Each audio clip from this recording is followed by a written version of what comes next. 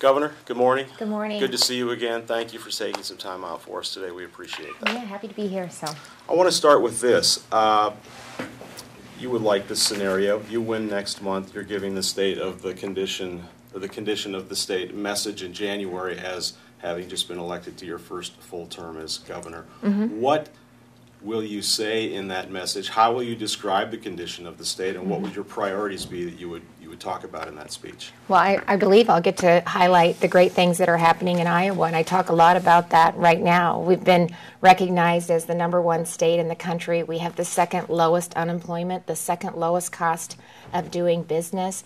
We're the third best managed state. We are seeing incomes rise and taxes go down. The budget is balanced, and we have a $127 million surplus, and we're investing like never before in education and healthcare and public safety, and job training. And we want to continue to build on that success, and that's why we're investing in Iowans. As I talk to job creators, as I travel the state and businesses, without fail, and the Iowa Business Council in their quarterly report indicated the same thing. When I ask them how things are going, they say business has never been better. They're projecting growth, a lot of times significant growth, but they just need people. And so that's opportunities for Iowans. And Future Ready Iowa is an initiative that passed last legislative session with unanimous support. And so we're going to implement that this year by putting the funding into it to help Iowans get the skills to fill the jobs that are available. Normally in that condition of the state, the governor lays out priorities for the session. Yep. So what would you have? Well, that's what I mean. But I always do that. We start with where we at. Sure. We'll talk about what we've done, and then I will build on that with implementing the Future Ready Iowa. We're laying the foundation right now, but I have to put the funding into it. So we will be putting the funding into it to get Iowans the skills and get businesses the people that they need. An integrated health care plan. I mean, those are the two top priorities, I believe, because, if we can help Iowans get the skills and have a great career, a great quality of life here in the state of Iowa and answer the need for workforce, we also know that Iowans have to be healthy. So you can't learn, earn, work, or have a great quality of life if you're not healthy, and we want to continue to build on an integrated, coordinated health care plan. And part of that is the children's mental health system. We don't have one right now. I've put a task force, a working group together. They will have been reported back to me by then, so we can lay out what that looks like. I want to see opportunities in every single corner of the state. I come from rural Iowa. It's important to me. So we'll be laying out the recommendations from the Empower Rural Iowa initiative that focuses on connecting, growing, and investing in rural Iowa. So that's something else that we'll be talking about going forward. And continuing to invest in education, because that's always will be a priority, and reducing taxes. We've got obviously some questions related to almost all of those as we go down the list here. Let's start, though, with Medicaid. Yep. Maybe the biggest issue getting the most discussion today in the state. Yep. And obviously critics of the privatized system say we need to ditch that system and we need to go back to how we were doing things before. So in your assessment, what parts of that transition to privatized care is working? What parts are not working? And is the state saving money? Because obviously the original idea was to constrain the escalating costs of providing Medicaid services in the state. It was that was the goal. Right. So my goal and my priority, as I've said since I was sworn in as governor about 16 months ago, was to stabilize and make sure that we have a system that's sustainable. And that really was the goal when we transitioned 2 years ago from the old system to managed care. I need to be able to look families in the eyes and assure them that we'll have a system in place that can take care of their loved one today, tomorrow, and into the future, and when they're gone. And that wasn't the case. And that's why we transitioned to managed care like 39 other states have done, and that number is going to continue to grow. 39 other states have also recognized that the old way of doing business is not sustainable. But when I started traveling around the state prior to being sworn in as governor, it was obvious that, things needed to be done differently. It hadn't been rolled out properly. And so I've spent the last several months as governor making changes, leading on changes to stabilize and sustain a system. And it started with bringing in new leadership, a children's advocate to lead the Department of Human Services. We brought in a new actuary. Nobody had any confidence in the prior actuary, and we needed all parties to have confidence in the rates that were being certified. I put the necessary funding into the system to be able to deliver the services. When we started managed care 2 years ago, we based the cost on assumptions. We had the 150,000 people that were in health and wellness program, but we started it based on assumptions, and now we have 2 years of experience. So when the actuary recommended the rates, it was based on 2 years of experience. And what I really appreciate about the new rates that were certified as well is it also includes the comprehensive mental health care reform that we passed last year. Other changes that we made in the contract negotiations is I'm not going to continue to travel this state and have doctors and nursing home and providers who are providing these services for Iowans not being paid in a timely manner. So in the contract, we also put financial penalties in place if payments weren't made in a timely manner. In addition to that, the legislature passed some additional oversight, and I'm going to continue to monitor that. And if I continue to hear some of the things that I'm hearing, then we'll take a look at that, and it will increase the penalties if we have to. But we're right now working on streamlining and making it more efficient, reducing the the administrative burdens that we've heard as we've traveled across the state. But the other piece of this is there's 680,000 Iowans that are covered under Medicaid. And, for the most part, most of the individuals are happy with the service because it's a very complex system. They're dealing with a lot, and, we don't want them going to the emergency room 15 times a month. And somebody can help manage that care to make sure that they get an annual physical, to make sure that they're taking their medicine, to help identify chronic illness sooner rather than later. So for the big chunk of the population that's covered, under Medicaid, I think, they're getting the services that they need, and it's been helpful.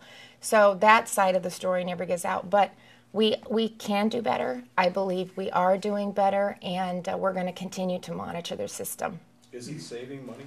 Well, yes, it is, but it is. Say the numbers change, Well, and we're not really sure if it is saving money or Yeah. isn't, and if it is, how much. Well, but it is, but I'm focused on making sure it's sustainable and bending the cost curve and managing care and making sure that people get the right care at the right time based on the right information. And that's another thing. I mean, as we move forward, when I say integrated and coordinated, we have a healthcare innovation work group that's been working that just made recommendations to me a couple weeks ago. And we're looking at the providers and the hospitals being able to share some of the information. Again, everything that we do is based on data. And the more that we're able to utilize that and really focus on the individual, to focus on Iowans, I think we can make sure that we can provide them a better care at the right time and at the right place. So there's a lot we can continue to do going forward, but we are bending the cost curve. It was not sustainable. The infrastructure is in place. You're not being realistic when you tell people we can just go back to the old system. You can't. It's just not sustainable. And that was going to be a follow-up, and I'll let Dave jump in. I was going to ask, what would the result be of going back to the old system? And your number one concern would be the costs are not sustainable on the track that it was on under the old way of doing it. It wouldn't have been sustainable. We would have been having conversations today about what services we were going to be cutting. So the conversation, it just was not sustainable. You can't, I think it was in 2005 at 9% growth. In 2015 it was 19%. I mean, so it just, it's not just Iowa. That's why 39 and growing, you will see it. And pretty soon, as we gather more data, it will prove out that, this is the way to deliver services to Iowans. I am not saying, people like to have it, it's so black and white. Well, she's saying it's perfect and it's working. I didn't say that from the word go. You can't fix a system if you don't admit that there were some problems. And I did that. So that starts when you change a system and try to make it better, you have to be realistic about where you're at in time. And I said, it's not where it needs to be. We needed to put the appropriate funding in. And this goes to providing the services. We now have 2 years of experience, so we know what the cost of delivering these services are. And we'll continue to monitor that and work with all stakeholders and continue to look for ways to bring more efficiencies. And when I say that, I'm talking about, prior authorizations. Maybe there's times where they're not necessary every single time or every 6 months because there's not any changes in the individual that we're working with, looking for ways to make them more consistent in some of the paperwork that they fill out, going online with more of the processes. I mean, there's things that we can continue to do. You had just said earlier that the system had not been properly rolled out. Obviously, you weren't the governor when that started, but it was part of the administration. So where did that responsibility lie that things were not done in a way that created a lot of havoc and problems? I mean, well, first, it's always easy to go back and then say, well, if I'd known this, I would have did it differently. But it's even like mental health reform. So I'll use that as an example how I can give an example of how we have started a new system that was dramatically different. I've watched it and monitored and seen that there were still some gaps in the system, and so 2 years later, after going from a county by county to a regional delivery model, we realized that there were still things that needed to be done different, and we came back and passed comprehensive mental health care reform last year that really identified and addressed the gaps in the system. Well, I'm doing the same thing with managed care. We probably rolled it out too quickly. It was a really tough budget. I mean, we knew that we couldn't sustain it. It was going to, people want to put more money into education, they want to put more money into public safety, they want to put more money into Medicaid and taking care of our most vulnerable. Well, I have to live within a budget and there's only so much revenue. And when you look at 73% of all new revenue since 2011 has gone into Medicaid and education. And, it doesn't leave a lot for other important areas that we need to also fund. So probably rolled it out too quickly. I probably wasn't funded at the level, but again, it was based on assumptions from an actuary, and it was important, I think, that we brought in a new actuary that everybody felt confident with. And the beauty of it is, as I said, now we have 2 years of experience, so we have a better idea of what it cost. Let's talk about tax cuts a little bit. Yeah. The package of tax cuts passed by the legislature. Again, I'll start with critics say it was too weighted in favor of affluent Iowans and corporations, and that the tax cuts were made. You were just alluding to the fact that we have to live within a budget, and the critics would say it's challenging budget time, and it was not the time for those cuts. That makes a challenging budget climate even more challenging. How do you respond to those two criticisms? Well, I'm going to fight every single day to help hardworking Iowans keep more of their money. That's what I know. Kevin and I, when we were raising our 3 daughters, he worked days and I worked nights to make ends meet. So I know how difficult it is to try to make ends meet when you're raising a family. And with the federal tax cuts that were passed in December, they really focused on families and small businesses, and because of federal deductibility, if we had done nothing, those very individuals that I'm talking about and small businesses that grow this economy were going to see their taxes increased, and I didn't want to see that happen, and neither did this legislature. And we did it in a fiscally responsible way. We implemented a historic tax cut while maintaining our priorities of education and public health and public safety. And we did it in a fiscally responsible way by putting triggers in place so that we had to meet a certain benchmark before they would go into effect.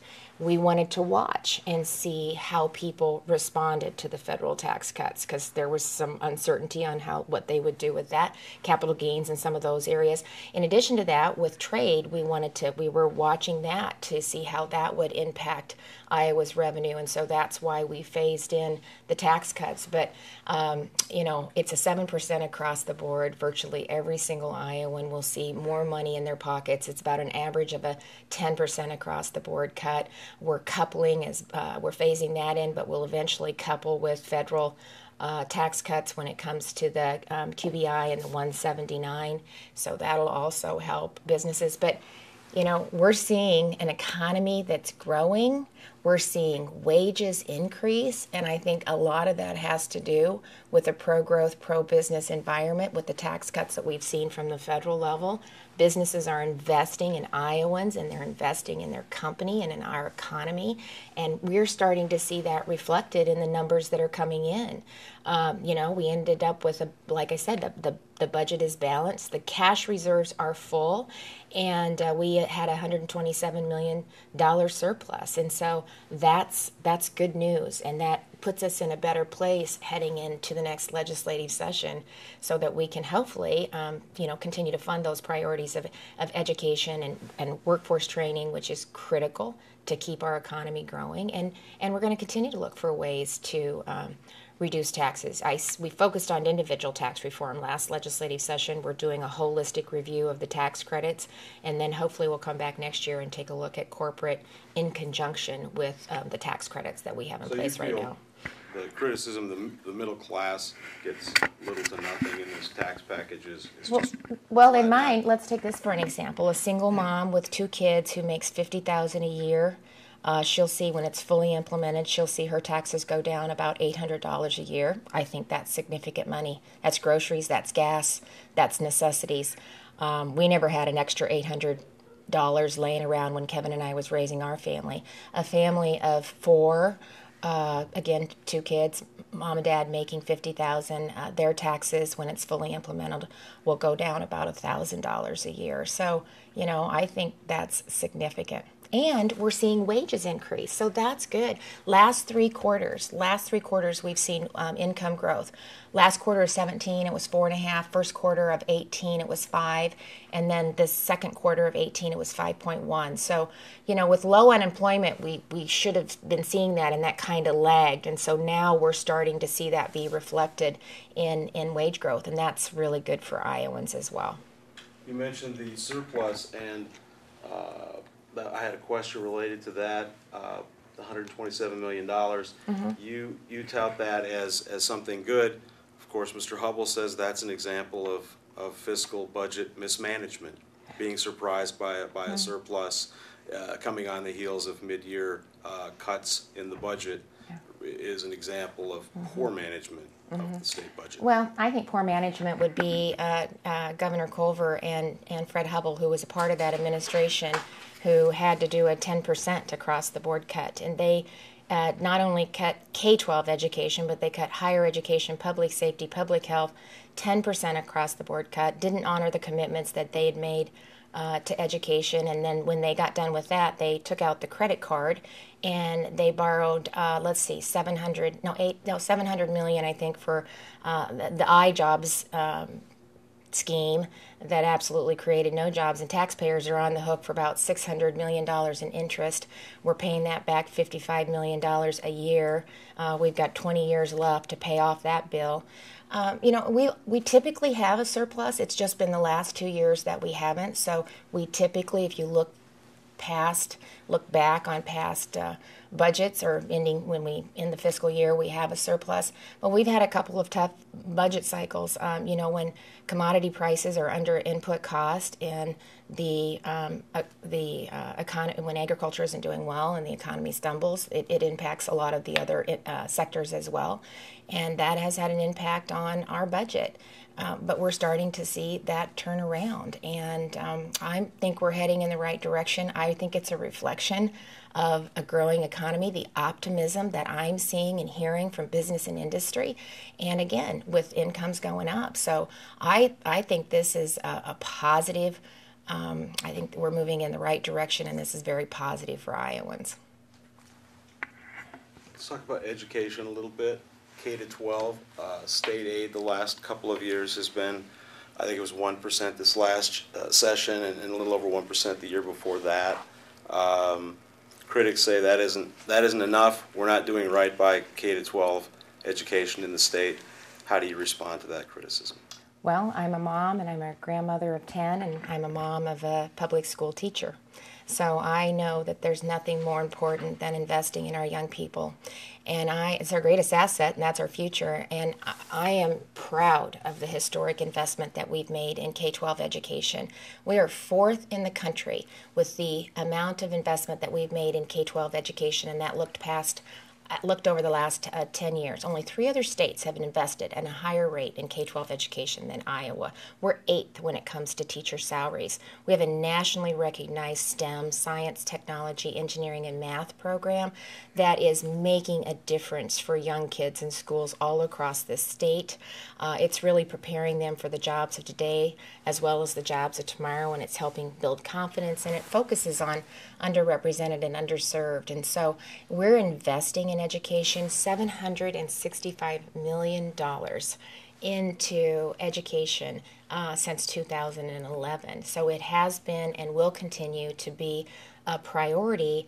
And, when you look at the Department of Human Service and Education, it's 80% of our general fund budget. So, we are investing in a priority, and the numbers speak for themselves. And so we're going to continue to, hopefully, with the numbers that we're seeing, we can do a little bit better next time. But you have to be careful about measuring the quality of education, I think, by the sheer number of dollars that you put into it, because the bottom line is, if we're not preparing our young kids for the jobs of today and the jobs of tomorrow, we're failing. And I love what I'm seeing take place with, you guys are doing a great job up here in your schools with work-based learning, apprenticeship programs, career academies, really helping our young people test run a lot of different jobs or that they might be interested in, to help them kind of take a look at that, find out where their passion is. And sometimes that's a certification, sometimes that's a 2-year, an apprenticeship, a 4-year, whatever that may be. But I think the more that we can expose our young people to the opportunities that exist right here in Iowa and match them up with the employers that you all have locally, they start to build relationships. And I think we stand a better job of keeping them not only locally, so I think it's economic development for communities all across the state, but it's good for Iowa as well. Mr. Hubble and Senator Hart were here yesterday and talked with us, and it was Senator Hart who said she thinks the level of funding for K to 12 should at least each year be equal to the rate of inflation. It has the last couple of years kept up with that. And, again, I think it's just the hypocrisy. They cut K-12 education by 10%, didn't honor their commitments to schools, and that was after budgets had been certified. Even during 2 really tough budget cycles, we held harmless K-12 education, Medicaid, and the backfill to communities. And everybody else had to step up and do their part in helping us balance the budget. But, we've put more money in every single year. We've never cut K-12 education. Every year, more money than the year before. In the last couple of years, we have kept up with the rate of inflation. So, it's easy to, they didn't do a very good job of that when they controlled the governor's office in both the Senate and the House, because they had control of the legislature and the governor's office and implemented a 10% across the board cut. You alluded to economic development incentives, so let's talk about that in a little more detail. Again, an area for criticism that the state spends too much, or it doesn't spend them wisely enough, or it doesn't get its return on investment at the level it should for its incentives. The Apple deal gets a lot of attention and a lot of criticism in Waukee. The 50 jobs and the $200 million in incentives. Just kind of give us an overall assessment of what criteria you want to see applied when incentives are offered. And you did allude to a review of all economic development incentive packages we have in the state. and talk a little more about what that review would involve and what your goal would be with that review. So they're doing that right now, and what happened last year is they were starting to kind of one-off some of the tax credits, and I said that doesn't make sense. We need to holistically take a look at all of them, do the due diligence, see what the return on investment is. We need to look at bringing down the delta, so if we lower the corporate tax rates, maybe we can eliminate some of the tax credits. It's another tool that we have in our toolbox to help keep us competitive. You know, we've got South Dakota just to the north of us, very competitive, and so we need to be able to compete. CF Industries is a great example of how we responsibly used tax credits to help the company grow and expand and hire Iowans. You know, talk to the construction workers that have worked on those jobs and that have been in, like at Facebook, full-time employment for the last 5 years as they've continued to build out after the initial investment. So, you know, it's if we can reduce the taxes and be competitive, then we don't have to be as reliant on the tax credits. But we have streamlined the tax credits. Director Durham has done a phenomenal job. There's an independent board that these go before. They have to invest a certain amount of capital. They have to pay a certain wage. They have to hire a certain amount of workers. They have to actually invest in the state. It's a credit, so the tax credits that we're talking about. So they have to actually invest in the state before they can implement them. And until that time, they don't, and it's a reduction in the taxes that they would pay. In addition to that, most times there's a 5-year limit on that for them to exercise the tax credits. A lot of times they're not fully, they don't take advantage of all of them, so that's not unusual for that to happen too. But again, I mean, we need to look at it holistically. So if we can bring down our tax rates and be competitive, then it would reduce our reliance on some of the tax credits that we have. But Director Durham has done a really good job of streamlining the process. We had a plethora of tax incentives and tax credits when she came into office, and she's really done a good job, I think, of streamlining those and applying them in a judicious manner. Speaking of the director, has she given an indication that she would continue to serve in your administration in your first in a next term? Well, we're focused on, you know, we have to first things first. So we're focused on, first of all, being governor, and then hopefully being reelected or being elected governor, and then we'll start putting the team together after that. But it would be presumptuous for me to start doing that prior to the election. Okay. The review of the programs that's currently going on. Yep. Did you say? And the legislature is doing that as well. So, and then we're doing one internally, and then we'll set down, you know, prior to the next legislative session when we start to put our program together and see what that looks like. But I said in the condition of the state last year, you know, we're going to focus on individual tax rates right now, and then we'll come back next year after doing a review of all of the tax credits and take a look at corporate tax rates at that time. What is your opinion of the Apple deal that gets so much attention and Well, criticism? again, the hypocrisy coming from my opponent. I mean, he's been utilizing tax credits for the last 4 decades. He served as an interim economic development director. At that time, he handed out millions of dollars in tax credits, and a state board review said he absolutely had no strategy. He actually handed out tax credits to a company that he was personally invested in and didn't recuse himself, when another individual on the board did recuse himself. So, you know, it's a talking point for him, but he's been utilizing them for years. And, you know, it was a good investment. I'm proud of it. It was $19 million. And if you look at, again, ask the construction workers or the Iowa companies that have been hired for that development what they think about it. Ask the local governments what they think about it with the increased valuation that they're going to see. Ask the school districts in that county how they feel about the additional revenue that they're going to see from the investment that's being put into that state, or into that county. So it's a positive thing. We're competing with states all across the country to get these businesses to locate. And Apple chose Iowa. First of all, because, of our renewable, we lead in renewable energy, and there wasn't another state that could provide the amount of renewable energy for the portfolio that they were looking at. So that makes us very competitive, and we should always be proud of that. So that's one of the reasons that we've received the data centers, but also workforce, low cost of doing business, central location, lack of natural disasters that some of the other areas say. But we are competing for business and industry to invest and locate and expand in our state, and the fact that they chose Iowa, I think, a $19 million tax credit that hasn't even been implemented yet because they haven't even broke ground. Hopefully that's happening soon. But if you look at some of the other, if you look at Microsoft and Google and Facebook, they've continued to build. And so once they finish the first one, they move to the second one. And I mean, the construction workers that have been on site at Facebook have had full employment for 5 years. Look at Altoona and look at the infrastructure that they put in place because of the investment. Look at the new businesses that have located there because of that investment. Housing is up, small businesses up, infrastructure, has been really developed in the area, and that's the type of growth that you see from investments like that. And I ask these questions because we talk, and you hear this too. We talk to people who say we need.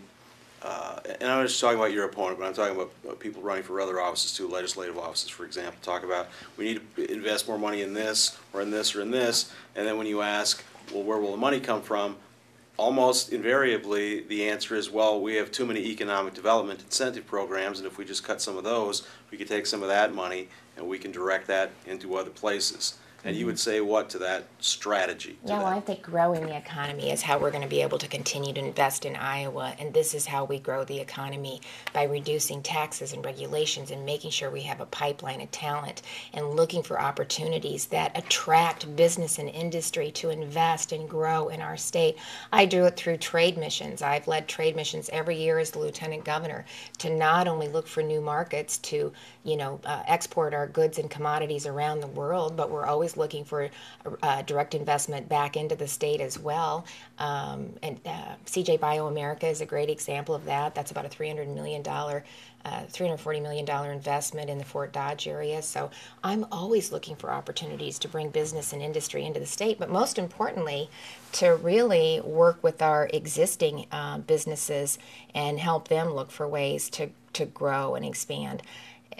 It goes back to, it's about priorities. I mean, think what we could do if we had $55 million a year that we weren't paying back money that they borrowed, the Culver administration borrowed in 2009. I mean, it created no jobs. It was completely, they overestimated what they were going to be able to do with that. And so they borrowed $700 million. The interest alone is $600 million. We can't retire that sooner. We've looked at ways to do that. It wasn't set up so we could do that. That's $55 million a year that we are paying back on interest for what? So, you can't have it both ways. Collective bargaining, Mr. Hubble says he would go back to Chapter 20 as it was before the 2017 bill was passed, roll back the changes made to the collective bargaining process. How would that be a bad strategy? Why would that be bad for the state of Iowa to go back to those days?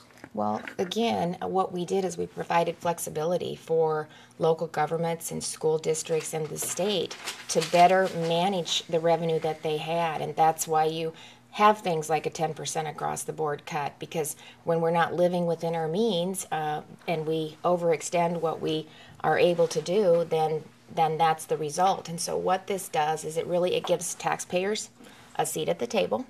They were left out of the equation because when you're in negotiation, we actually took the negotiations away from management because of the ability to tax. And so taxpayers didn't have a seat at the table. I think by the collective bargaining reform that we put in place, it gave taxpayers a seat at the table. And most importantly, it gives local governments and school districts and the state the flexibility to manage the resources. And so, and even to like with the schools, if they want to reward teachers that are taking on additional responsibilities, they now have the flexibility to do that.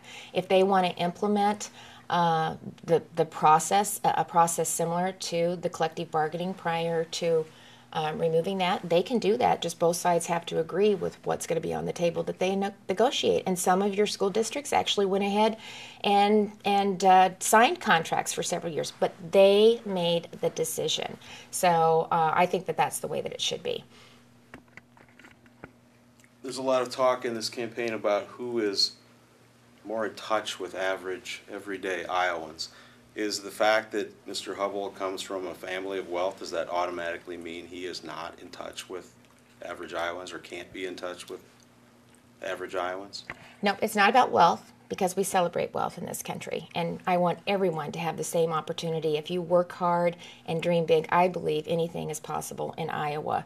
And my story is an example of that. I mean, I came from a small town. I'm a daughter of a factory worker and a farmer, a stay-at-home mom, and I've waited tables and checked groceries and never gave up on my dream of getting my college degree. And, today I'm serving Iowans as the first female governor of this great state, and I believe that's reflective of the opportunities that exist.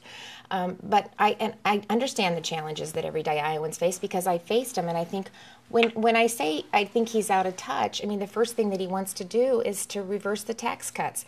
Well, that is a tax raise, a tax hike on working families. I mean, if he doesn't think 800, 500, 400 doesn't amount to anything, he's wrong. It does. It's real money. It makes a difference. He said he didn't support affordable health care options. Well, as I was traveling the state and talking to farmers and small businesses and working families who didn't qualify for the subsidies in Obamacare, they were paying more for health insurance than they were their mortgage. They were borrowing money or they were going without. And, I still believe that, the federal government needs to fix it. This is their mess to fix. But I couldn't wait for them to do it. And we couldn't continue to hear Iowans, continue to struggle for affordable health care. And so we passed a couple of options last year, health care options, with the Farm Bureau and the association plan. And I'm proud of that. He said, he wouldn't have signed that. He would have vetoed it. So, he closed down. I mean, there's just, the list goes on and on. So he likes to say that he understands everyday Iowans, but I think the things that he's supporting really doesn't. One more question about him, and that I would frame it this way. Why should it be important to Iowans that he has not released more of his tax information from past years? Mm-hmm. Well, what's he hiding? I mean, he shouldn't be afraid to do that. He wants to be governor of this state. He wants to serve Iowans at the highest capacity. He served in state government. He was handing out tax credits at a time that he was the director of the Economic Development Authority, and he handed them out to a company he was invested in. He's taken homestead credits for 7 years in Iowa, which is a residency tax credit, and Arizona. So did he pay taxes there or did he pay taxes here? We don't know. Or did he pay taxes? We don't know. And I think that, Iowans deserve better. We're in a different time. I think the expectation, I think they said over 60% of his own party really believed that he should release more of his tax returns. And he released for the year that he knew he'd already indicated that he was running for governor. So you make different choices. And so let's look back a little further and see where else he received his money, or what else he invested in, or what taxes he paid. I think that that's only fair, and I think Iowans expect that, and he should follow through. He said he was going to, and he didn't do it. Now, you put your lieutenant governor in charge of a rural initiative. Mm-hmm. A part of that, a big focus of that, was the broadband issue. And talk a little bit about how bad of a problem is that in the state, and where does that initiative he is working on, where does that stand, and what will result from that? Will it be some sort of package of recommendations for the new legislative session? Just talk a little bit about the progress on that. Yeah. So it was my executive order, the Governor's Empower Rural Iowa, And we want to see, I've always said that if Iowa is truly going to grow as a state, we have to see growth in every single corner. We just can't see it in pockets.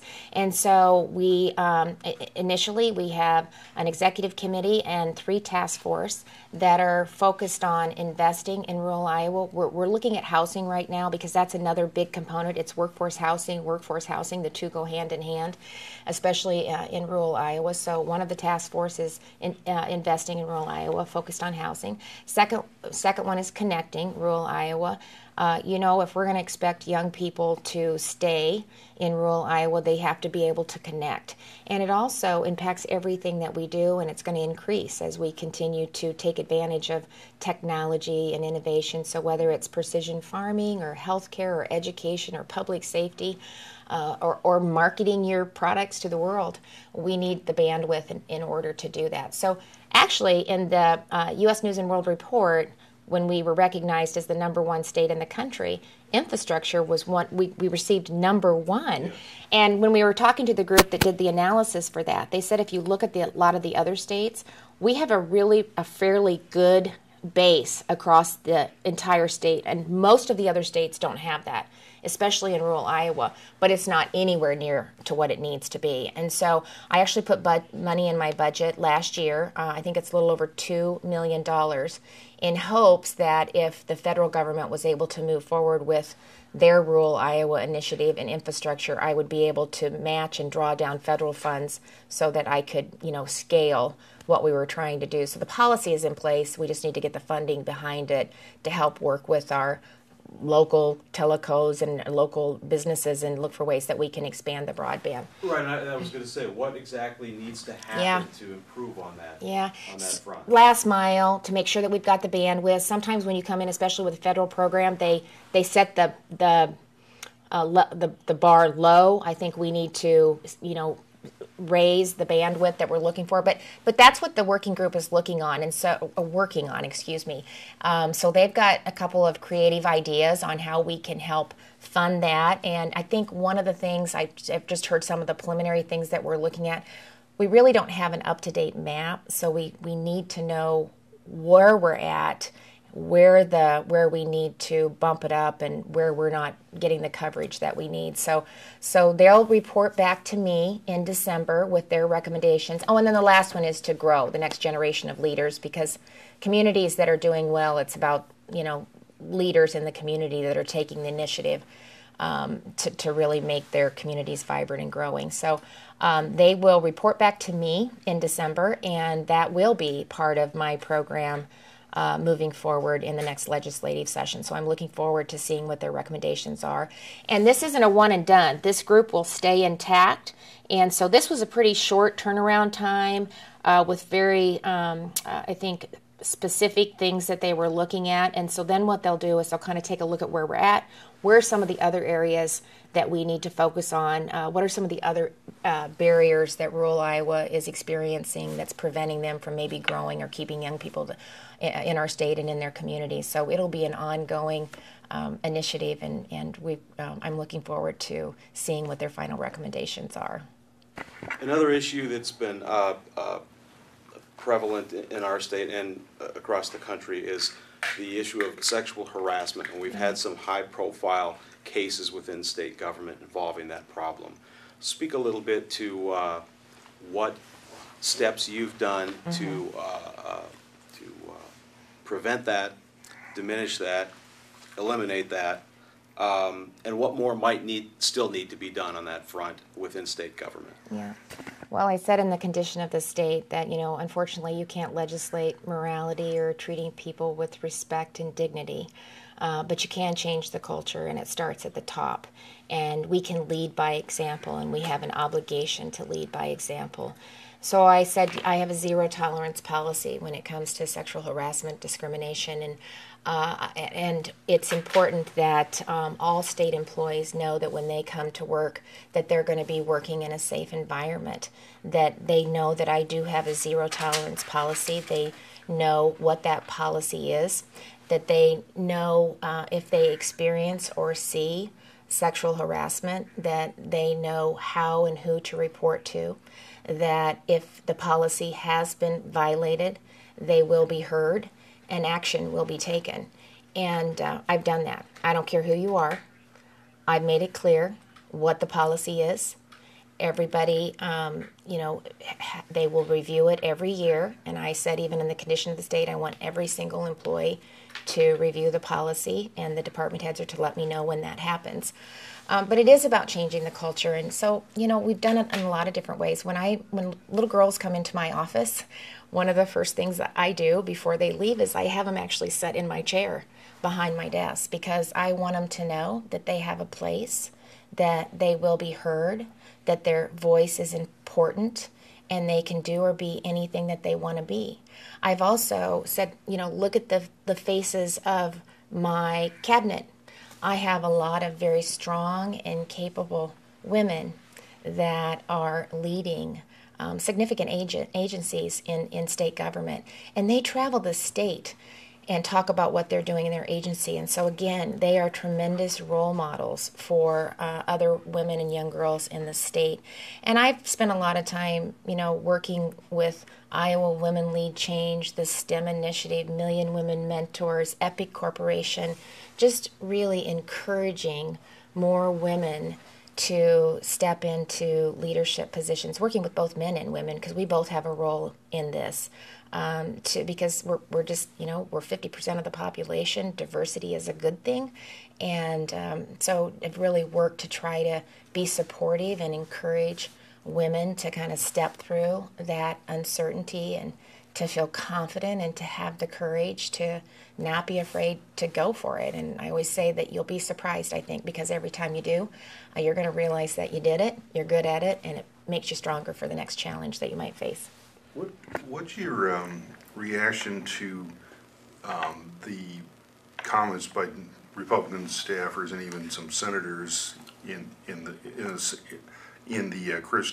depositions taken in the Kristen Anderson case, including by our Senator Rick Bertrand, who, as I understand, you played a role in helping him convince him to run for re-election after all, when he originally chose not to, right? Yeah, well, first of all, this isn't partisan, so we've got to get past that. This isn't a partisan issue. I think you can find some pretty horrible examples on both sides of the aisle. So we all have a responsibility to be civil, to treat people with respect, to be mindful of, what we're saying and how we say it. I can't be responsible for what every person says. I just can't.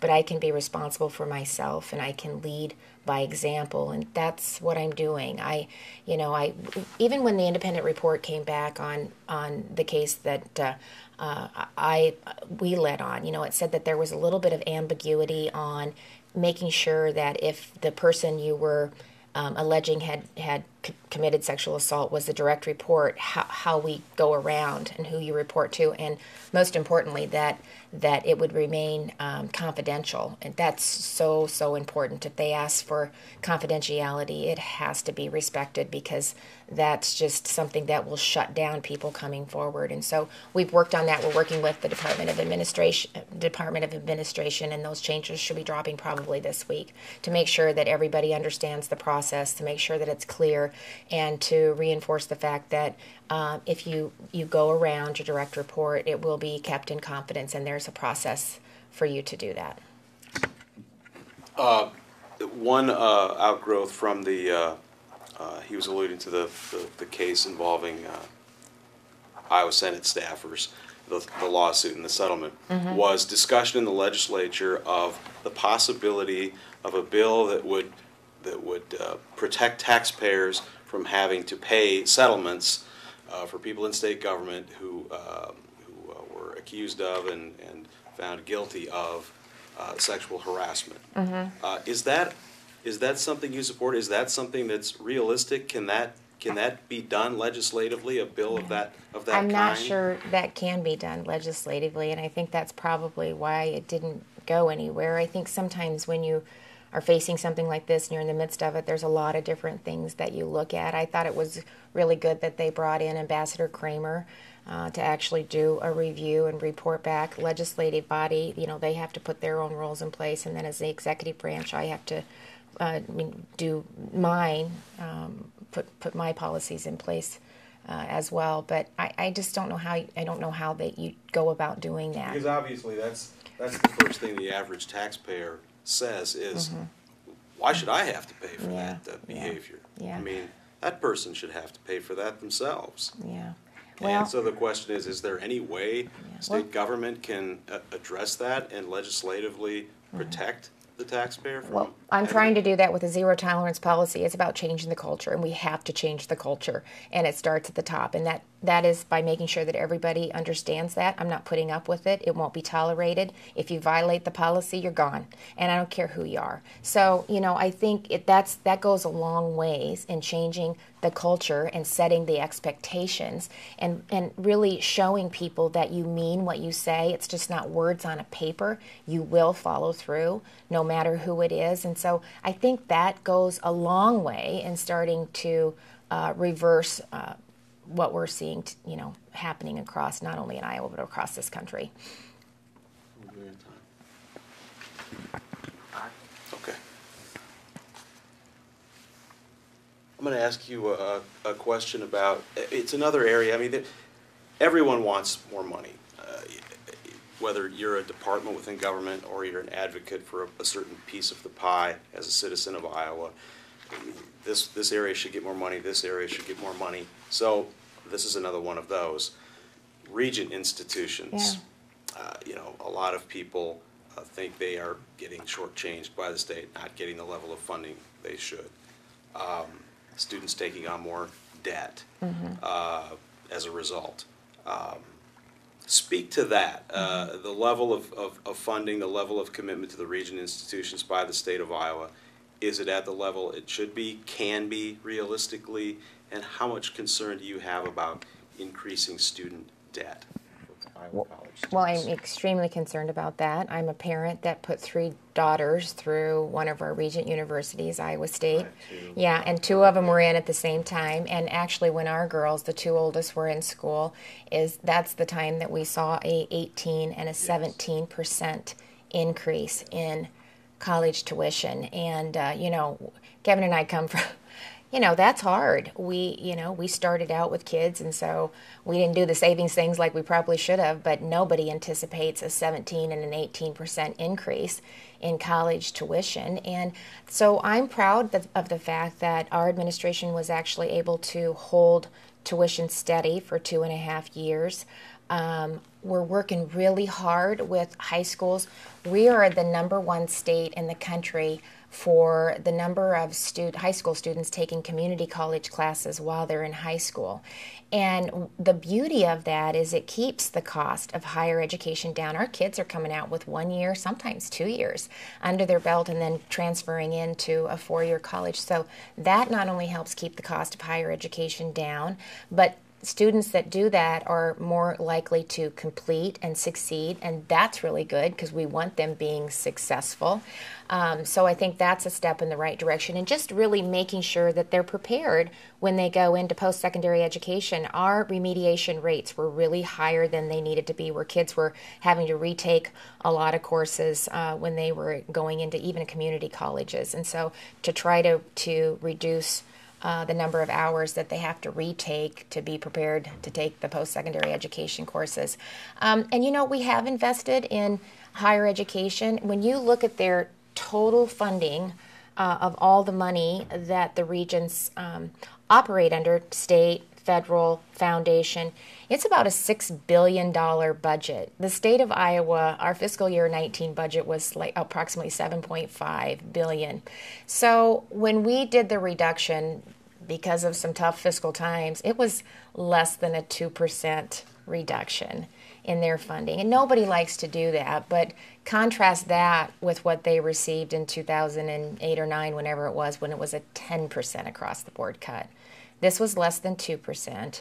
And, we need to continually work for ways that we can keep the cost of higher education down. But for us, it was important that we not deappropriate money from K-12 education, because their resources are limited, where at least our higher education higher institutions have alternate resources for funding. But again, we just got to make sure too that kids know there are a lot of different options, and so that they're not heading into maybe a higher education not knowing what they want to do or want to be, to help prepare them and have them really passionate about what they're doing. And then I think that also will help them complete in a shorter time frame as well. Coming up on our hour, so I'll just kind of combine these last two questions into one. And if you win next month and you get a full 4-year term, when a new president is elected, there's always talk about the first 100 days. So what would your first 100 days of your first full 4-year term look like? And then just why should voters choose you over your opponent in this election? Well, be putting the team together, because you're only as good as the people that you surround yourself with. And I have a dynamite team in place right now, and have been very grateful. They work hard every single day on behalf of Iowans, and I'm very grateful to have the people that I'm working with. And so we put that together, and then we start working on our program. So, some of the things that we'll really be focused on is to continue to build on the success that we're seeing in the state. And this state is working, and it's moving in the right direction, and we're being recognized for that all the time, whether it's U.S. News and World Report that recognized Iowa as the #1 state in the country, third best managed, second lowest cost of doing business. Again, we're seeing taxes go down and incomes go up, and a budget that's balanced with a surplus. And so we want to continue to invest in Iowans by making sure that they have the skills to fill the jobs that are available. That's going to be a big priority, because that's our biggest barrier to economic growth. And so it's a win for Iowans, and it's a win for our job creators. Healthcare is just a strong component of that, because honestly, people they can't learn, they can't earn, they can't have a good quality of life if they're not healthy. And so really focused on an integrated and coordinated healthcare system. And we're, the pieces are really starting to come together. I look forward to laying out what a children's mental health system looks like, and we can finally make some movement in that direction. We started last year with helping educators get some training so that they can start to see some early warning signs of mental illness by going from a county by county to a regional, and now to the access centers, and really helping make sure that Iowans get the care that they need close to home so that they can get stabilized and get the treatment that they need and get them back home with their families and in their communities. And so we'll continue to focus on an integrated healthcare system, as well as empowering every single corner of the state. If Iowa is truly going to grow, it has to happen all over, and we want to continue to unleash opportunities in every single corner of Iowa. So I'm optimistic and really excited about the capacity and the opportunities that exist within the state. I love the direction that we're moving, and I want to keep Iowa moving. I want to keep Iowa moving in the right direction and continue to be a state that's recognized as a leader, and we are, when it comes to work-based apprenticeship, infrastructure, all of the areas I think that matter for Iowans. And so it's an honor to serve. I love this state. I chose to live, work, and raise my family in a state I love, and I just want to give back to a state that's given a lot to my family and me. And so it's an honor, unbelievable honor, to serve in this capacity, and I hope to continue to serve Iowans in this manner. Great place to stop. Thank you again so much for your time today. Thank you.